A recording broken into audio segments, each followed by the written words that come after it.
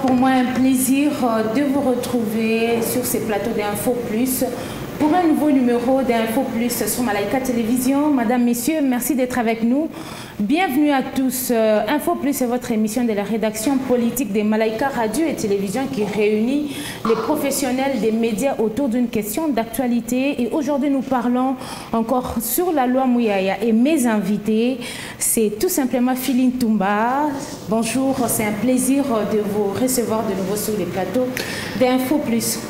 Bonjour madame, le plaisir est aussi permanent chez moi et je suis content de retrouver Gloria et aussi Patient, c'est un plaisir. Merci beaucoup Philine Toumba, il est journaliste et criminologue et j'ai aussi à ma droite Patient Lukusa, journaliste à 7sur7.cd et correspondant de Top Congo dans la province de Katanga. Bonjour, c'est encore un plaisir de vous recevoir. Merci, bonjour chère Francine et bonjour aussi à tous les téléspectateurs de Malaika Télévision qui ne cessent de vous faire confiance ou de faire confiance dans votre émission, une émission qui reçoit les professionnels des médias pour décrypter l'actualité mais aussi certaines informations.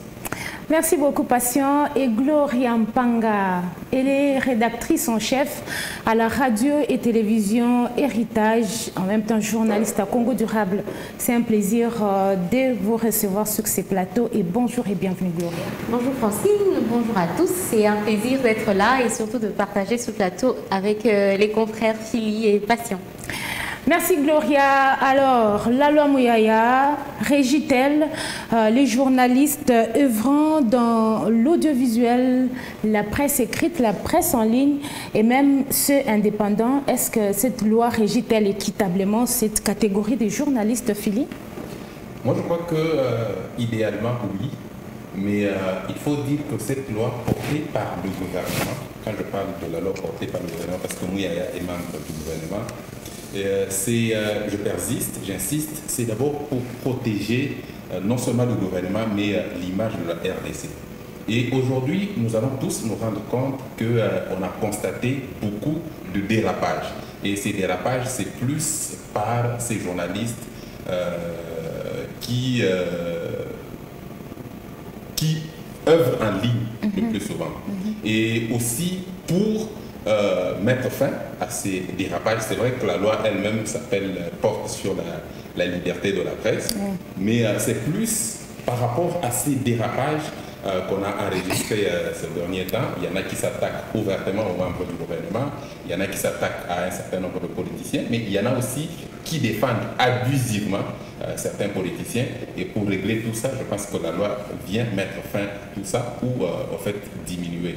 Mais dire que ça régit de la même manière les journalistes qui font la presse en ligne ou de l'audiovisuel ou de la presse écrite, je crois que la loi, oui, elle est impersonnelle, c'est dit, mais ce qui a motivé l'élaboration de cette loi, et même les états généraux qui ont porté cette loi, je pense, c'est plus les confrères de la presse en ligne. Ok, je me dirige vers les confrères de la presse en ligne. Patient Lukusa, on parle de la loi 23 pour ne pas parler de la loi Mouyaya, Phili, n'est-ce pas? Oui, Patient, la loi 23, est-ce qu'elle régit équitablement les journalistes de l'audiovisuel, de la presse écrite, la presse en ligne et ceux indépendants? Je peux dire oui, je peux dire aussi non. D'abord oui parce que ça fait plusieurs années, comme on a dit dans la précédente émission, ça fait plus de 25 ans que le professionnel des médias attendait les nouvelles innovations ou les nouvelles matières en ce qui concerne la gestion des médias en République démocratique du Congo. Et aujourd'hui, après 27 ans, donc la dernière loi date de 1996, ce qui fait qu'aujourd'hui, on a quand même de nouvelles matières. On a quand même, dans tous les domaines, ici je parle de tous les domaines, je parle de tous les médias, que ce soit audiovisuel, que ce soit presse écrite, que ce soit la presse en ligne. C'est vrai que dans l'ancienne loi, il n'existait pas, ou bien les médias en ligne n'étaient pas gérés. on n'avait pas mis l'accent parce qu'à l'époque, cette presse n'existait pas. Voilà pourquoi Philippe peut-être a raison de dire qu'aujourd'hui, on est en train quand même d'aider les gens qui travaillent beaucoup plus dans le média en ligne. C'est vrai, c'est normal parce que lorsque un secteur n'est pas géré, lorsque une société n'a pas une loi, donc chacun va faire du n'importe quoi. Voilà pourquoi Philippe a raison de dire que ça vient, oui, mais aussi dans l'audiovisuel. Il y a plusieurs articles aujourd'hui. Non seulement, prenons par exemple à la radio et télévision, il y a certains articles qui interdisent. Moi ici, je prends par exemple, j'ai essayé de relire encore la loi au niveau des recrutements des journalistes. Okay. Au niveau des recrutements, la loi, parlons d'abord des professionnels, lorsqu'on parle des journalistes professionnels. Dans cette loi, on dit, et journalistes professionnels, toute personne reconnue par l'État qui a fait les études des journalistes. Et aujourd'hui, lorsque nous faisons un pas en arrière dans les médias audiovisuels ou dans la presse écrite, avant même que la presse en ligne ne vienne, est-ce qu'il n'existait pas des gens qui n'ont pas fait les études des journalistes, mais qu'on retrouve dans les médias? Ils existent. Il suffit de voir certaines personnes parler bien français, certaines personnes essayer ou bien qui sont en connivence avec certains responsables des médias ou certains chefs de production des programmes des médias. Ces gens sont directement cooptés et commencent à présenter le journal ou commencent à présenter une émission. Voilà pourquoi je dis que cette loi ne regarde pas seulement les médias en ligne, mais aussi ceux-là qui travaillent. Ce qui fait qu'aujourd'hui, pour catégoriser, pour éviter... Donc on dira que la loi est équitable. Oui, elle est équitable parce qu'elle apporte des solutions et dans les médias audio, et dans les médias audiovisuels, et dans les médias en ligne. Et c'est pour que notre secteur puisse bien fonctionner. Même si Philippe a totalement raison de dire que, ce que je venais de dire, les médias en ligne faisaient du n'importe quoi parce qu'il n'y avait pas une loi. Et aujourd'hui, comme la loi est là, je crois que et les médias en ligne et les médias audiovisuels, tous vont se mettre sur cette lignée pour bien faire leur travail afin de ne pas tomber dans les délits de presse. Gloria Mpanga, selon vous, est-ce que la loi 23 régit-elle équitablement tous les journalistes? Eh bien, il faut d'abord dire que déjà que la loi définit le terme journaliste professionnel, ça veut dire que c'est tout journaliste qui œuvre dans les médias en ligne ou même dans l'audiovisuel. Et du coup, elle est équitable.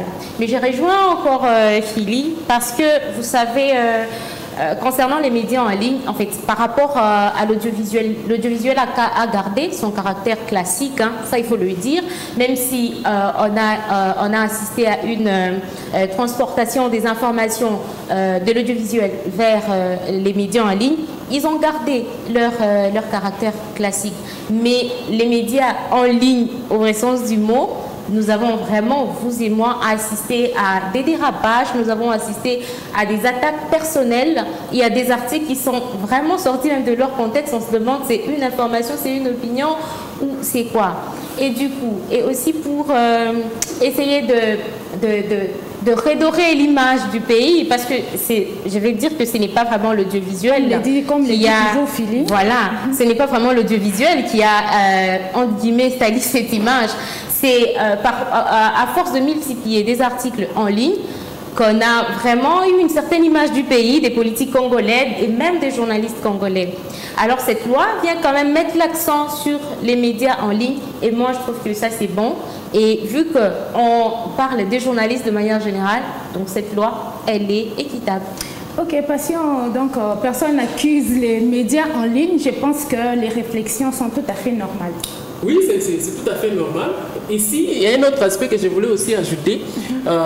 C'est vrai que les médias en ligne, on en a parlé. Dans l'audiovisuel aussi, ne nous voilons pas la face. Aujourd'hui, la loi, dans son article, je crois, si je ne me trompe pas, au début, lorsqu'on essaye de parler des recrutements des journalistes, on dit un journaliste ou un média est censé prendre un journaliste, c'est lui qui a fait les études en journalisme. Mais quelque part, dans un article, je crois, l'article 12, plutôt l'article 10, bien, vous avez raison, dit que pour la personne qui n'a pas fait ces études-là, cette personne dans un média, lorsque cette personne passe par un concours et que la personne passe, mais elle n'a pas fait les études, l'article recommande que cette personne puisse être soumise à un stage de 24 mois. Alors, rentrons maintenant dans la pratique. Parce que vous dites que la loi, effectivement, ça attaque beaucoup plus les médias en ligne, il y a des innovations. Mais dans l'audiovisuel, est-ce que vous et moi, nous sommes dans la pratique, nous sommes dans des entreprises de presse, est-ce que ça s'applique? Je ne pense pas. Aujourd'hui, il suffit que quelqu'un qui parle bien français, parce qu'il a passé un test, il ne peut même pas passer par le test là de 24 mois, il commence déjà à travailler. Mais la loi vient d'être promulguée, donc... la loi n'est pas rétroactive. Voilà. Effectivement, je ne refuse pas. Ici, il est question aussi pour moi. Parce que ce sont des choses que les responsables des médias ne connaissent pas. Ils doivent juste aussi être sensibilisés pour qu'ils comprennent qu'aujourd'hui, ils doivent respecter notre métier. Notre métier n'est pas un endroit où on doit donner la parole ou le pouvoir à n'importe qui doit s'appeler journaliste. Donc c'est cet aspect-là des choses que je voulais soulever pour montrer que nous sommes tous appelés, et les responsables des médias, et les responsables des rédactions, et nous les journalistes, de pouvoir appliquer ces différents articles qui sont au nombre de 141 pour que notre secteur puisse aller de l'avant. Oui, je voulais dire que la loi vient d'être promulguée. Ça veut dire que nous devons d'abord observer, mais aussi sensibiliser. Parce que les journalistes ont ce défaut, il faut se le dire. Nous aimons bien parler des autres, mais quand il faut parler de nous, on se tait. Et même cette loi, combien de fois nous avons sensibilisé là-dessus? Qui savent même que cette loi est déjà promulguée? Combien des promoteurs des chaînes savent qu'il y a déjà une nouvelle loi? Il faut se comporter désormais comme ça. Et même entre nous journalistes, combien ont eu le temps de lire ce qui est écrit? Combien d'articles nous avons produits sur cette loi? Hier, j'ai essayé de faire une certaine recherche sur le net pour voir si on en parle déjà. Mais non, c'est vide. Pourquoi nous avons le temps de parler des autres et quand il s'agit de nous, sincèrement, on se tait? Il suffit de voir qu'un confrère disparaisse. Pour qu'on arrive à en parler, c'est après plusieurs alertes.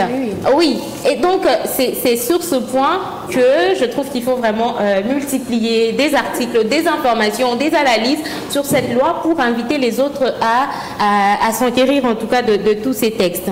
Mais ce que je voulais dire, c'est par rapport au traitement des informations. Et donc, dans les médias audiovisuels, nous avons, en tout cas parce que je travaille aussi dans ces médias, nous avons essayé de garder le caractère classique du journal, de l'information et tout. Mais dans les médias en ligne, il y a eu beaucoup de dérapages. Pourquoi? La raison, vous l'avez souligné. Même dans les médias en ligne, il faut qu'on ait quand même des journalistes, pas quelqu'un qui arrive. Vous savez... provenir d'une école de journalistes n'est pas vraiment un problème. Le plus important, c'est de respecter l'éthique et la déontologie. Et donc, même les médias en ligne, nous avons vu des gens, on ne sait vraiment pas s'ils sont journalistes, parce que déjà, si on est capable d'avoir un site internet, on est capable d'écrire un bon français, on peut se mettre à attaquer des gens, et puis c'est tout. Vous voyez, c'est à ça qu'on a vraiment insisté dans les médias en ligne. Oui, c'est par rapport au traitement de l'information. Mais concernant les recrutements et les médias en ligne et l'audiovisuel, nous avons tous failli. En fait, ce n'est pas une contradiction, mais plutôt pour soutenir ce que dit Gloria. Okay. C'est précisément à l'article 91. Voilà. Cet article, moi, ça m'a un peu énervé ce matin lorsque j'ai essayé de relire encore la loi. Oui, l'article dit quoi? Les sites internet personnels, plutôt personnels et les blogs ne peuvent pas prétendre avoir les statuts des journalisme, des presse en ligne. Ça, c'est un aspect.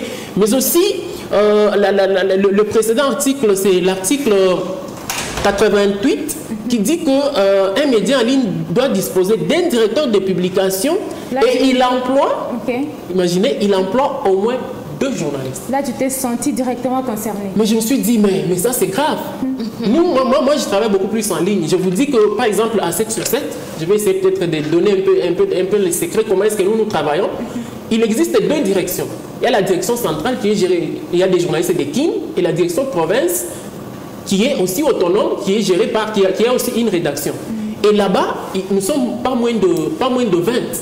Ça signifie que lorsqu'un journaliste se propose un sujet, il écrit son article, l'article est rélu par d'abord les secrétaires de rédaction. Les secrétaires de rédaction passent par le rédacteur en chef qui le relit aussi avant d'envoyer au master pour le publier. Ça signifie que ça ne demande pas 2 personnes comme dit la loi. Voilà pourquoi je dis que cet article m'a un petit peu énervé. Une seule personne ne peut pas tout faire. Ou 2 personnes ne peuvent pas. On dit au moins 2 personnes. Oui. Quand on dit au moins 2 personnes, ça peut aller de 2 à 20 comme chez vous. Mais ici, ce qu'il faut dire, patient, c'est quoi? C'est que déjà quand on est à 2 personnes, il est possible que les éventuelles erreurs qui ont échappé à la première personne, à la première lecture, soient dénichées par la seconde lecture. Et quand on dit au moins 2 journalistes, ça veut dire qu'on considère aussi les directeurs de publication comme un journaliste. Parce que lui, il doit assumer, au fait. Effectivement, il doit assumer. Ici, l'aspect que je voulais soulever ici, c'est vous-même, vous êtes sans ignorer qu'il existe des journalistes qui font tout. C'est lui-même le directeur des publications, c'est lui-même qui fait le terrain, c'est lui-même qui fait tout et il s'appelle Média en ligne. Voilà pourquoi je dis que c'est vrai. Quand on dit déjà doit engager au moins 2 journalistes, ça veut dire qu'ils sont 3. Et déjà à 3, on peut faire confiance à la lecture. En fait. Alors, patient, oui. Apparemment cet article-là ne vous satisfait pas. Qu'est-ce que vous proposez? Moi, je crois que je ne sais pas si... c'est vrai que cette loi a été produite après les États généraux, mais je me demande si réellement la commission là avait réfléchi par rapport à ça. Pour moi, je pense qu'un média, un média en ligne, c'est comme Malaika ici. Malaika, la rédaction, c'est plus de 10 ou plus de 20 personnes. Plus de 10 personnes. Plus de 10 personnes. Même le média en ligne, c'est aussi une rédaction comme toute autre rédaction. Je vous dis, il suffit, je me rappelle, il y a un média en ligne qui avait fait passer une information, soit disant qu'il y aurait eu défection des militaires, je crois, à la base des Kamina. Je me rappelle ces jours-là, c'est tout, dans tous les réseaux sociaux ou dans tous les groupes WhatsApp, cette information a été partagée alors que c'était une fausseté. Mais imaginez-vous que si vous êtes nombreux dans une rédaction, il y aurait d'abord ce qu'on appelle les doutes. Parce que par moment, vous pouvez faire confiance à un journaliste, mais à un moment là, vous dites non, est-ce que c'est vrai? Parce que tout... Il fallait vérifier l'information. Il y a toujours, même si vous vérifiez, peut-être que vous avez une source qui vous a induit à l'erreur, mais il y a toujours une autre possibilité, si vous êtes nombreux dans une rédaction, de remonter encore où quelqu'un peut avoir une autre source plus que ça pour vérifier afin de donner la vraie information. Ici, moi, je me dis, c'est vrai la responsabilité, il nous arrive nous tous que ça puisse nous échapper. Au lieu de parler de 2 morts, vous parlez de 20 morts. Peut-être que vous avez fauché, au lieu d'écrire 2, vous avez écrit 2 en ajoutant un 0. Il y a des erreurs comme ça qui arrivent. Mais lorsque vous êtes nombreux dans une rédaction, avec un œil regardant, comme on a toujours dit, si vous balancez une mauvaise information, vous risquez de brûler tout un village. Donc, moi, je veux que dans une rédaction ou un média en ligne, qu'on ne puisse pas négliger. Parce que c'est aussi un média comme Malaika, comme Kyondo, comme d'autres médias qui doivent avoir beaucoup de journalistes pour travailler et pour que la rigueur puisse quand même faire partie des qualités. Alors, si je comprends bien, donc la loi 23 vient fixer en quelque sorte une ligne de conduite aux journalistes. Donc, pour tous les journalistes, nous avons maintenant une ligne de conduite. Alors, mais c'est même ça l'objectif principal. Ouais. C'est l'objectif principal, au fait, de la loi. Voilà. D'ailleurs, il faut ici noter que cette loi est venue trop rapidement parce qu'elle n'a pas eu beaucoup de temps de relecture et d'ajustement. Il faut dire que la plupart des dispositions de cette loi sont des dispositions contextuelles. Donc, ce sont des dispositions qui s'inspirent sur les événements actuels, sur ce qu'on voit aujourd'hui. Et ce qui est aussi vrai maintenant, c'est qu'il y a plus de risques qu'après 1 année ou 2 ans, qu'il y ait besoin de revoir certaines dispositions de cette loi. Voilà pourquoi je voulais vous poser la question à propos du journaliste pigiste. Quelles orientations devrait-il suivre pour en tout cas bien exercer son métier? En tout cas, cette question-là, c'est effectivement d'abord pour les téléspectateurs. Un journaliste pigiste, c'est ce journaliste qui n'est pas statutaire, donc qui n'est pas engagé. Mais il est journaliste. Il est journaliste, mais il travaille par pige. Ça signifie que lorsqu'il produit... C'est un sous-traitant. Lorsqu'il produit un reportage, il est payé. Il est payé par reportage. Et si vous produisez 2 reportages pendant la semaine, vous êtes payé pour ces 2 reportages. À la fin du mois, ne vous attendez pas à une prime, mais beaucoup plus au nombre des éléments que vous avez produits. Alors, c'est un peu ça. Mais alors, un pigiste, non, en fait, cette question n'a pas été beaucoup plus abordée dans la loi. Ça, c'est un aspect aussi important. Pourquoi? Parce que c'est normal. À travers le monde, les grandes organisations, en fait, les grands médias fonctionnent comme ça.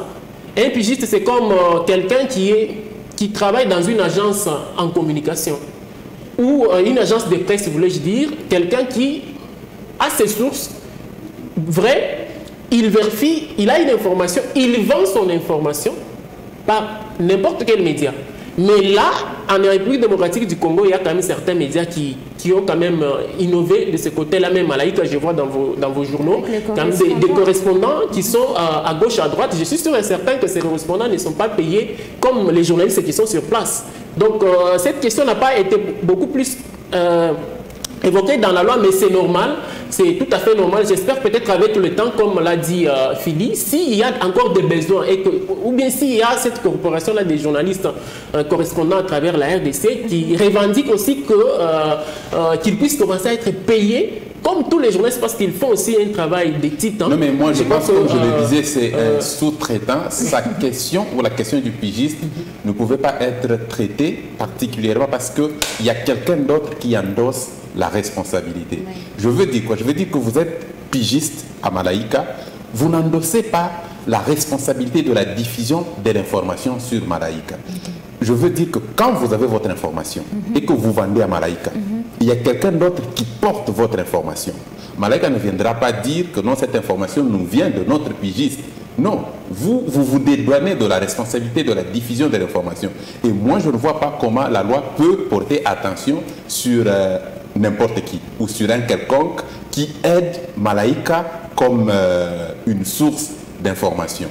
Ça veut dire que quand vous venez avec votre information, vous vendez à Malaika, Francine prend l'information, vérifie, trouve que c'est exact, diffuse. La loi voit Francine qui diffuse l'information. La loi voit la rédaction de Malaika qui traite l'information. La loi ne verra pas le pigiste. La loi ne le reconnaîtra pas en cas de problème.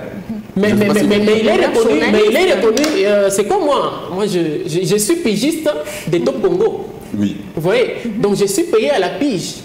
Ça signifie qu'à Lubumbashi, si on veut parler de Top Congo, on ne voit pas quelqu'un d'autre, on me voit moi. Vous voyez ça? Il y a quand même ce détail-là à souligner. La différence, moi je ne préfère pas t'appeler pigiste à Top Congo. Pourquoi? Parce que quand ton information est diffusée, c'est signé Patient Lukusa. Oui. Vous voyez? L'information est signée Patient Lukusa. Oui. C'est Patient Lukusa, le journaliste, qui a fouillé, qui a traité et qui a apporté son information. Donc vous avez toute la responsabilité de l'information qui est diffusée sur Top Congo. Oui. Vous n'êtes pas vraiment pigiste. Vous n'êtes pas vraiment pigiste parce que vous avez cette responsabilité de l'information diffusée. Mais quand on parle ici d'un pigiste, c'est quelqu'un que nous, d'abord en tant que téléspectateurs, on ne connaît pas. On ne connaît pas. Malaika ne nous présentera pas quelqu'un en tant que pigiste.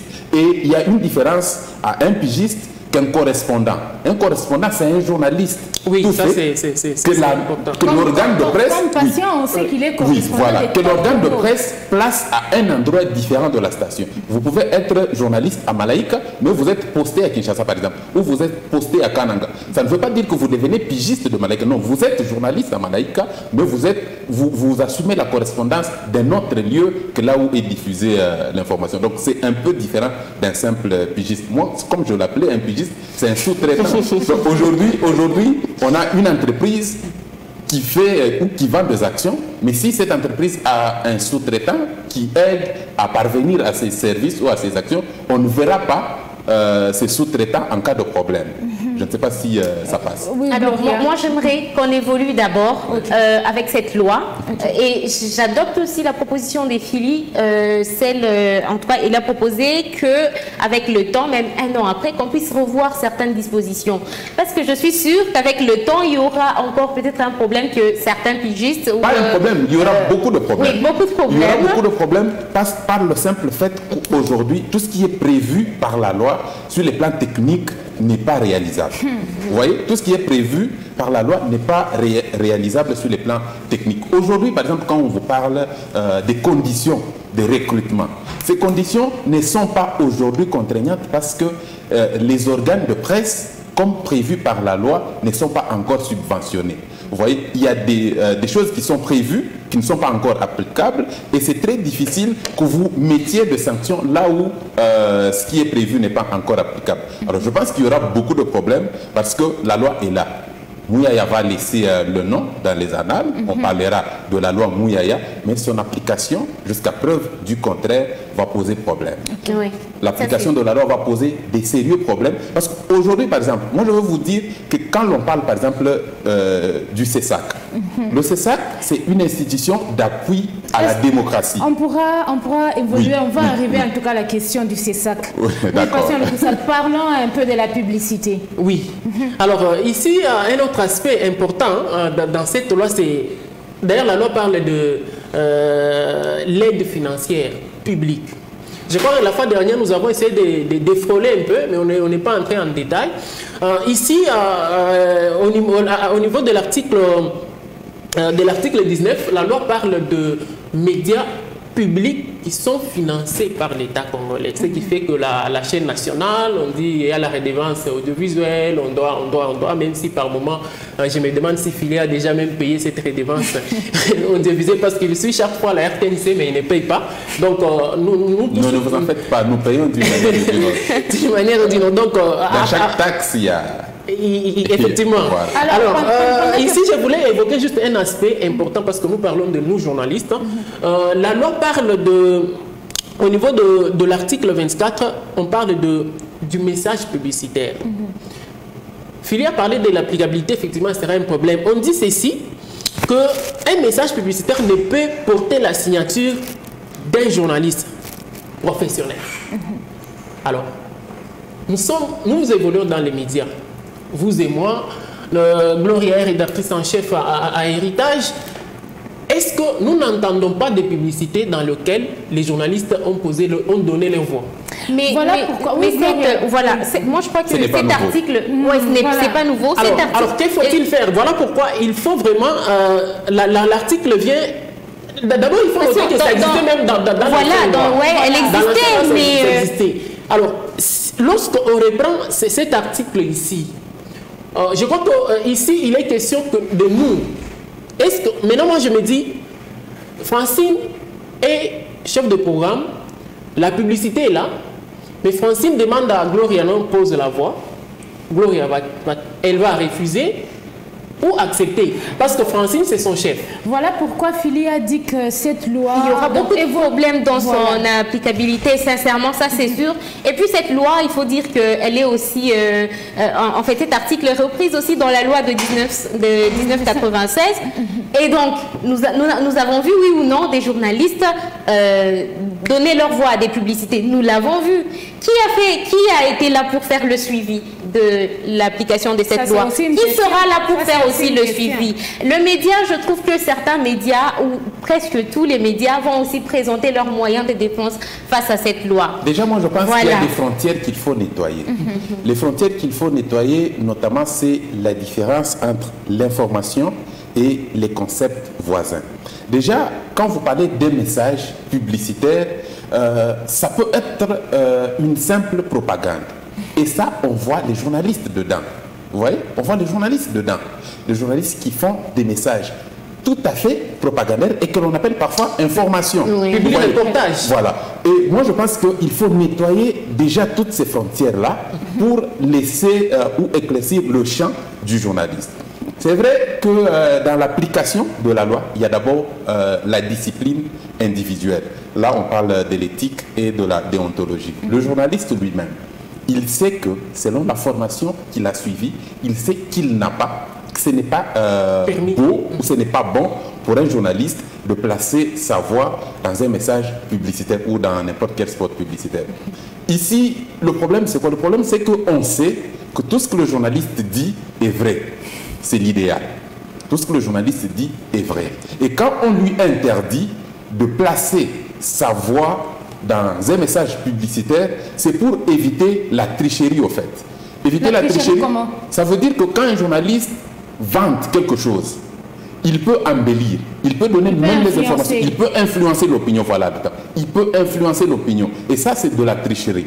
Même si lui-même n'en est pas convaincu, mais quand moi je vais suivre en tant que téléspectateur ou en tant qu'auditeur, j'ai dit, mais celui-là, c'est pas sûr que ça, c'est un journaliste. Si il a dit que ce produit fait ça, donc c'est vrai. Vous voyez, il y a là un peu de démagogie. Vous savez que moi, je n'ai jamais été pour, en tout cas, cette disposition. Même dans l'ancienne loi, je me souviens, j'ai déjà débattu sur cette question. Rien n'empêche, en tout cas, aux journalistes de prêter sa voix, si cela est aussi un moyen de le faire vivre. On a interdit, effectivement. Je pensais, en tout cas, à mon avis, que cette loi viendrait abolir cette disposition de l'ancienne loi. C'est ce que je croyais. Vous vous en doutez, mais c'est aussi pour protéger le journaliste. Oui. Protéger dans quel sens? Je vous explique. Aujourd'hui, si on laisse le champ libre à un journaliste de prêter sa voix ou même de signer un message publicitaire, ça veut dire qu'on lui donne un feu vert à la propagande. Ça veut dire qu'aujourd'hui, le journaliste ne verra pas cette frontière, cette différence entre l'information et la publicité. La publicité, ce n'est pas seulement pour les produits. La publicité, ce n'est pas seulement pour les services. La publicité, c'est aussi pour les individus. Nous avons des politiques assoiffées de la publicité politique. Mais si on va laisser ce champ libre à un journaliste de placer sa voix dans n'importe quelle publicité, ça veut dire qu'on permet aussi aux journalistes de passer pour information un message publicitaire politique d'un individu ou d'un politicien. Et vous sentez que ça va diminuer la crédibilité que doit avoir un journaliste. Est-ce que vous croyez que ça sera l'applicabilité? C'est là le problème. C'est ce que je suis en train de vous dire, parce que le journaliste, c'est celui qui dit toujours la vérité. Quand un journaliste qui connaît tout. Quand un journaliste dit que ce produit est bon, forcément le produit est bon. Oui. Mais imaginez qu'on commence à découvrir que le produit que le journaliste avait vanté n'est pas bon. Alors peut-être qu'il faudrait définir les types de publicités dans lesquelles les journalistes devraient intervenir. Je crois que ce que Philly a dit est vrai. Il faut juste rester dans les normes. Oui. Un journaliste, c'est lui qui va collecter, traiter, diffuser l'information, point barre. Pas convaincre, parce que dans la publicité, on doit convaincre pour avoir gagné du marché. Un autre aspect que je voulais évoquer toujours dans la publicité, parce que nous avons parlé de nous journalistes, maintenant parlons aussi de responsables des médias, ceux-là qui gèrent les programmes des médias. L'article 30 dit ceci: un message publicitaire doit respecter certains éléments, notamment la vérité, les bonnes mœurs, la protection de l'enfance et de la jeunesse, l'obligation de recourir aux agences de publicité. Ici, pourquoi j'ai soulevé cet article?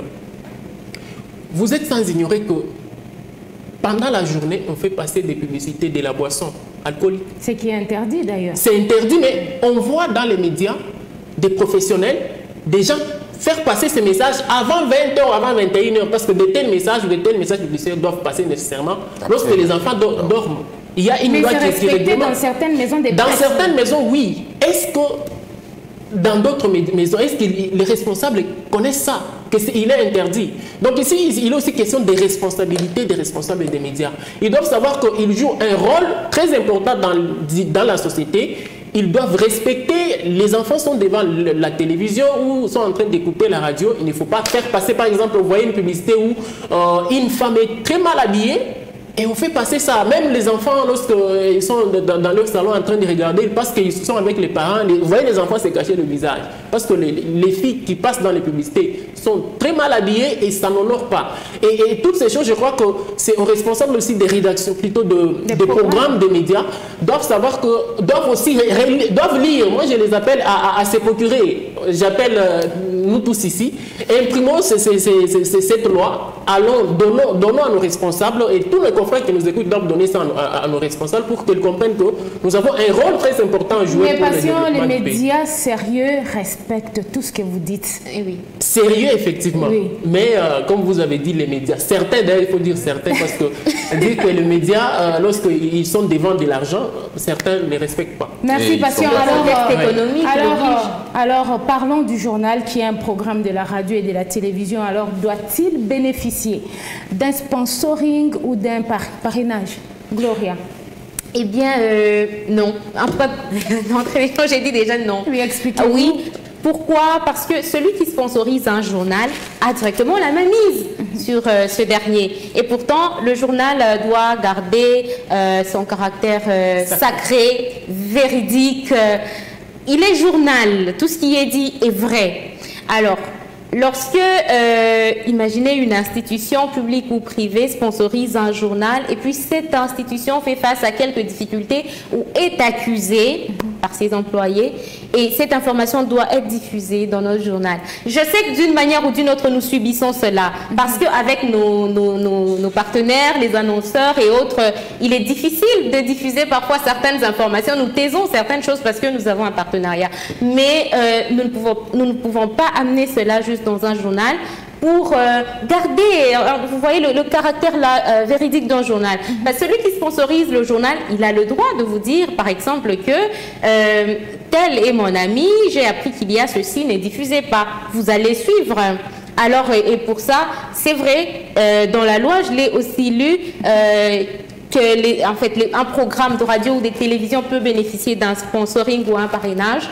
Le journal étant un programme de la radio ou de la télévision, n'est pas, moi je dis non, pour qu'on garde justement ce caractère-là sacré. Voilà. Oui, moi j'ai subi ça il y a pratiquement 2 mois. C'est vrai, lorsque un journal, vous suivez avant le début d'un journal, ce journal est sponsorisé ou bien... Oui, j'ai aussi... ces génériques-là. Oui. Moi, j'ai subi ça récemment. J'ai eu beaucoup de doléances. Je ne vais pas citer l'institution. C'est une institution très respectée au niveau de la présidence, mais dont les agents étaient ici. Il y avait des remous avec certains agents aussi fonctionnaires de l'État ici. Alors, c'est que ces agents de l'État ici avançaient comme raison. Ils avaient raison. Moi, j'ai fait mon reportage. J'ai même contacté les responsables là de la présidence. J'ai aussi écouté leurs réactions. J'ai produit même mon reportage et mon reportage n'était pas passé. Malheureusement. Vous voyez ça, c'est pour dire que malheureusement, parce que c'est vrai, les médias existent aussi grâce à la publicité. Ils doivent aussi exister parce qu'il y a tout ce qui va avec. D'ailleurs, on parle même de la fréquence qui doit être renouvelée. Tout ça. 2 ans après, et si vous ne le faites pas, c'est l'État, et ainsi de suite. Sans la publicité, les médias ne peuvent pas fonctionner. Mais lorsque par moment, un journal qui est sacré est sponsorisé, il y a toujours ce que je viens d'expliquer où certains éléments ne peuvent pas passer. Et tout ça, ça n'honore pas notre métier et ça ne respecte pas même aussi notre déontologie. Lorsque les gens vous font confiance, vous appellent pour vous donner une information qui est vraie, et vous travaillez l'information, vous traitez l'information, et lors de la diffusion, on met ça de côté. Parce que les sponsors se sont lésés. Oui, donc je crois que, espérons que cette question sera aussi prise en compte, mais ça ne sera pas facile, malheureusement. Philippe Toumba. Moi, je pense que la question est complexe, ce n'est pas très facile, parce que je pense que nous ne devons pas nous limiter dans le contexte des médias généralistes, mais il faut aussi voir les médias thématiques. Vous avez un média, une chaîne de télévision qui n'a que le journal comme programme, qui n'a que les informations comme programme. Oui. Alors, ce média devra-t-il être sponsorisé, oui ou non? Moi, je pense que la question, c'est n'est pas sponsoriser le journal. La question, c'est comment vous gérez ce sponsoring. Je pense que c'est la principale question. Parce que quand une entreprise sponsorise un journal, ça ne veut pas dire que vous êtes obligé d'annoncer. Ça ne veut pas dire que vous êtes obligé ou de passer un spot publicitaire au cours, avant ou après le journal. Non, mais vous pouvez gérer ce sponsoring autrement. Par exemple, par des sorties ou par des spots qui passent en dehors des heures du journal. Pourquoi je dis ça? Parce que aujourd'hui, quand vous êtes dans une chaîne, même étrangère, où on n'a que le journal, que l'information comme programme, ces chaînes sont sponsorisées, où il y a des partenaires, il y a des publicités qui passent, et on va directement lier ces publicités au journal, parce qu'il n'y a que ça comme programme. Et maintenant revient à l'organe de gérer ces sponsorings, de rester dans, comme Gloria disait, dans l'éthique et la déontologie. Philippe, je crois que vous n'avez pas soulevé quelque chose, c'est que nous sommes dans un contexte où celui qui donne, c'est celui qui dicte. Ça, c'est la réalité. C'est comme ça que je dis. Et donc, je ne vois pas quelqu'un vouloir sponsoriser un journal et demander qu'on ne parle pas de lui. Ça dépend de celui qui gère. Parce que s'il faut donner mon exemple, moi, je me suis déjà brouillé avec un sponsor, justement pour ce genre de questions. Je ne sais pas citer ici, peut-être qui m'écoute. Alors que j'étais directeur de programme, il avait obligé que le spot passe avant et après le journal. Alors, pour lui, il fallait que le spot passe juste avant, en fait, après le générique. Le générique passe, on paye le spot et on commence le journal. Moi, je lui dis, ça ne peut pas se passer comme ça. C'est impossible. Parce que lui, quand il vient, il sait ce qu'il veut. Mais quand il vient vers moi, moi aussi, je sais comment ça se passe. Donc moi, je ne peux pas me laisser influencer par celui qui veut ce qu'il veut, alors que moi, je sais comment ça se passe. Vous voyez? C'est comme ça que je dis, ça dépend de comment vous gérez ces sponsorings.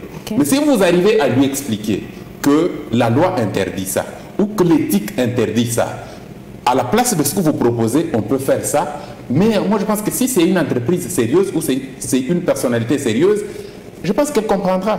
Elle comprendra que, parce que ça ne peut pas se faire comme ça, on peut accepter ça. Et puisque on sait, pas du tout oui, d'accord.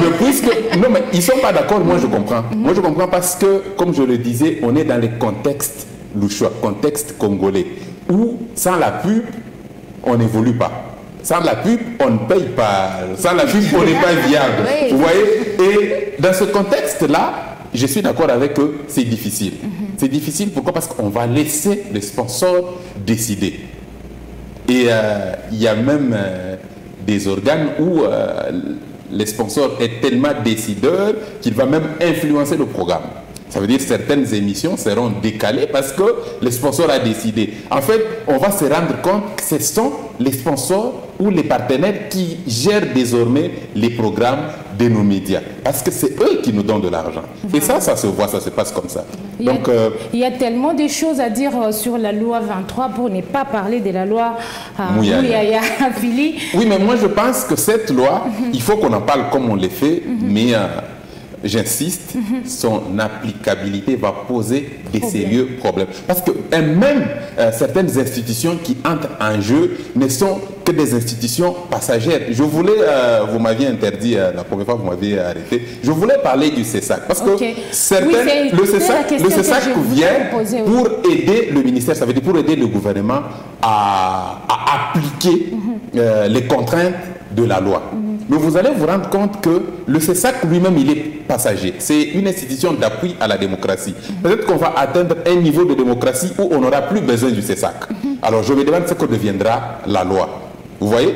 La loi deviendra quoi si les CESAC n'existent pas? Les CESAC, la CENI. Parce qu'il y a des pays où le CESAC n'existe pas. En fait, il n'y a pas d'organe qui gère les médias indépendants du gouvernement.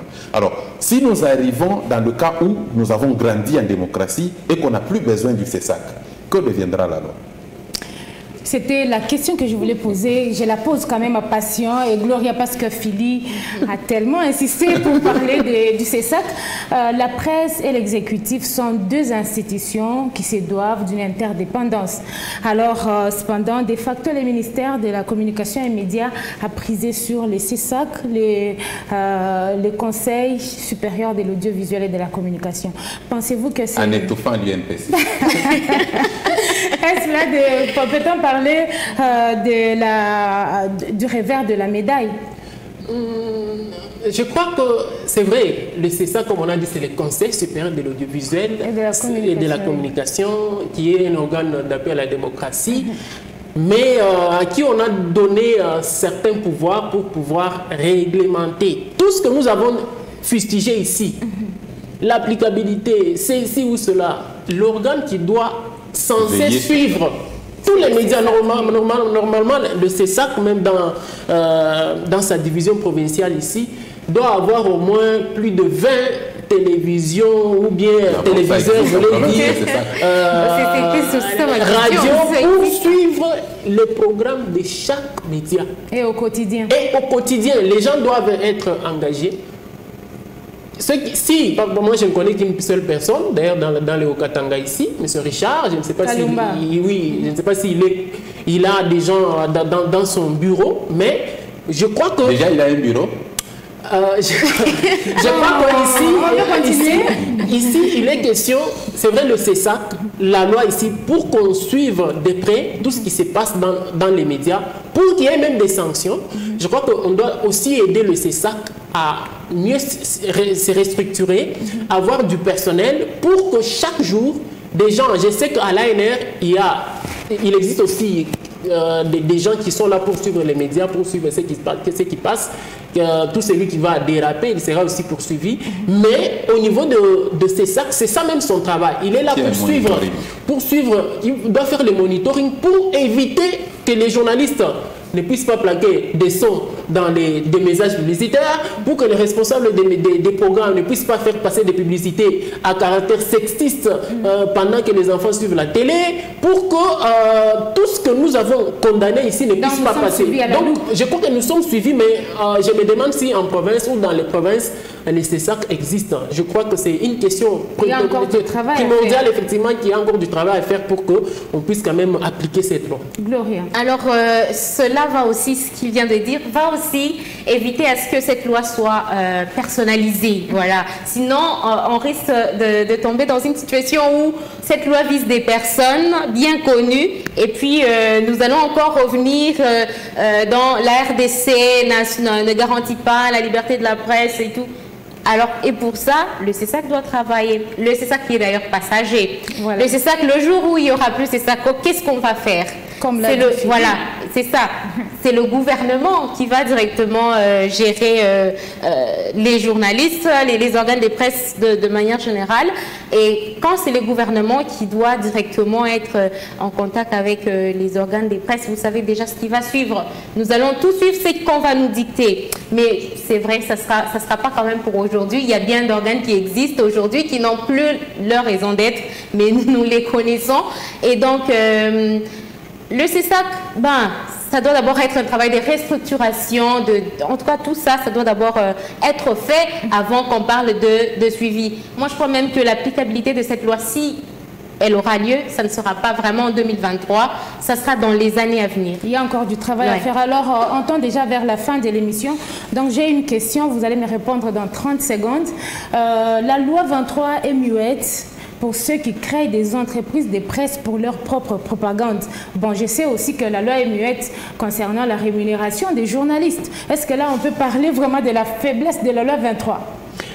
En 30 secondes. Oui, effectivement, on a évoqué cette question la fois passée. Effectivement, il y a cette faiblesse-là. La loi ne dit pas comment ou un journaliste qui doit être engagé doit au minimum toucher autant d'argent. Vous voyez, aujourd'hui, on parle dans la justice, on dit un avocat, le dernier avocat doit toucher au moins, on parle de plus de 1000 $. Mais pourquoi ici, chez nous, on ne parle pas des montants? Et pourtant, si aujourd'hui on condamne certains publics reportages où les journalistes sont en train d'encenser certaines personnalités politiques, c'est parce que les journalistes ne sont pas bien payés. Mais si déjà dans la loi, on insistait sur cet aspect des choses, qu'à partir d'aujourd'hui, vous, organes de presse, pour qu'on puisse vous autoriser à fonctionner en RDC, pour que vous puissiez être vraiment viable, vous devez aussi respecter cette question-là. Le moins des journalistes doit au moins toucher 500 $. Si par exemple on mettait cet aspect des choses, je crois que même le but que notre gouvernement attend, parce que le gouvernement veut qu'à partir des médias qu'on puisse développer notre pays, je crois que si cette question était prise en compte, même notre pays, dans moins de temps, va décoller. Gloria, vous savez, certaines questions, si on avait un ordre des journalistes, ça serait vraiment facilement abordé et suivi sincèrement. Il nous manque quand même cet organisme entre nous, qu'on se le dise. Mais il faut dire que la rémunération n'a pas été touchée. Et c'est pourquoi certaines dispositions vont souffrir d'application, comme le public reportage. On en aura dans nos journaux, ne vous inquiétez pas, on en aura, qu'on le veuille ou non. Ça veut dire que les propriétaires, donc les promoteurs des entreprises de presse, vont aussi présenter leurs moyens de défense. Ils ne reçoivent pas des subventions de la part de l'État. Comment ils vont payer les gens qui font travailler? Et aussi concernant ceux qui créent les entreprises, la loi même qui l'a promulguée, ce sont des politiques. On sait que les paysages médiatiques en RDC, ce sont les politiques qui lancent très souvent des médias et tout pour exercer leur influence dans une certaine région. C'est quand même difficile qu'on se prononce là-dessus, vu que la loi, là, ce sont les politiques qui la promulguent. Et donc, c'est un peu difficile sur ce point. Philly, en 30 secondes, la loi 23 a-t-elle des faiblesses? Oui, beaucoup. Mais je ne pense pas que ce soit par rapport à la question du salaire des journalistes ou de qui doit créer une entreprise de presse. Je pense que ce n'est pas cela la faiblesse. Je ne vois pas ce que la loi aurait dit sur ce. Je comprends. Je prends une entreprise de presse comme n'importe quelle autre entreprise commerciale. N'importe qui peut la créer, mais la pression ou la contrainte de la loi, c'est sur ce qui sera diffusé. Donc la loi ne regarde pas qui crée l'entreprise, mais la loi regarde ce qui est diffusé dans l'entreprise médiatique. Et par rapport au salaire des journalistes, je ne sais pas s'il faut que je revienne sur ça. Moi, je pense... Un peu de temps, parce qu'on est déjà à la fin de l'émission. Moi, je pense qu'on ne devrait pas se plaindre, on devrait plutôt être exigeant. On ne devrait pas se plaindre, on devrait être exigeant par rapport à ceux-là qui nous emploient. Et je pense que c'est la seule façon qu'on va sortir de ça. Parce que si on va rester à se plaindre et attendre du gouvernement de décider sur notre salaire, moi je pense que c'est irréalisable. Mais c'est qui peut être faisable. Merci Philine Toumba, journaliste criminologue. Merci d'avoir répondu à l'invitation d'Info Plus. Merci madame, merci à tous ceux qui nous ont suivis, surtout merci à Patient et à Gloria pour l'enrichissement. À la prochaine. Merci. Patient Lukusa, il est journaliste à 7sur7.cd et correspondant, pas pigiste, correspondant des Top Congo dans la province du Haut-Katanga. Merci encore une fois d'avoir répondu à l'invitation des Info Plus. Merci infiniment et merci aussi à tous mes confrères ici, consoeurs, pour avoir quand même débattu ces sujets qui nous concernent nous. Mais aussi merci à ces nombreux téléspectateurs qui nous ont suivis de partout le monde. Merci Patient, merci Gloria Mpanga, rédactrice en chef à Radio et Télévision Héritage et en même temps journaliste à Congo Durable. Merci beaucoup Gloria pour la disponibilité. Merci Francine, merci aux confrères présents ici, surtout pour la contribution dans leur débat. Merci à tous de nous avoir suivis. Restez avec nous sur Malaika Télévision. Les programmes continuent.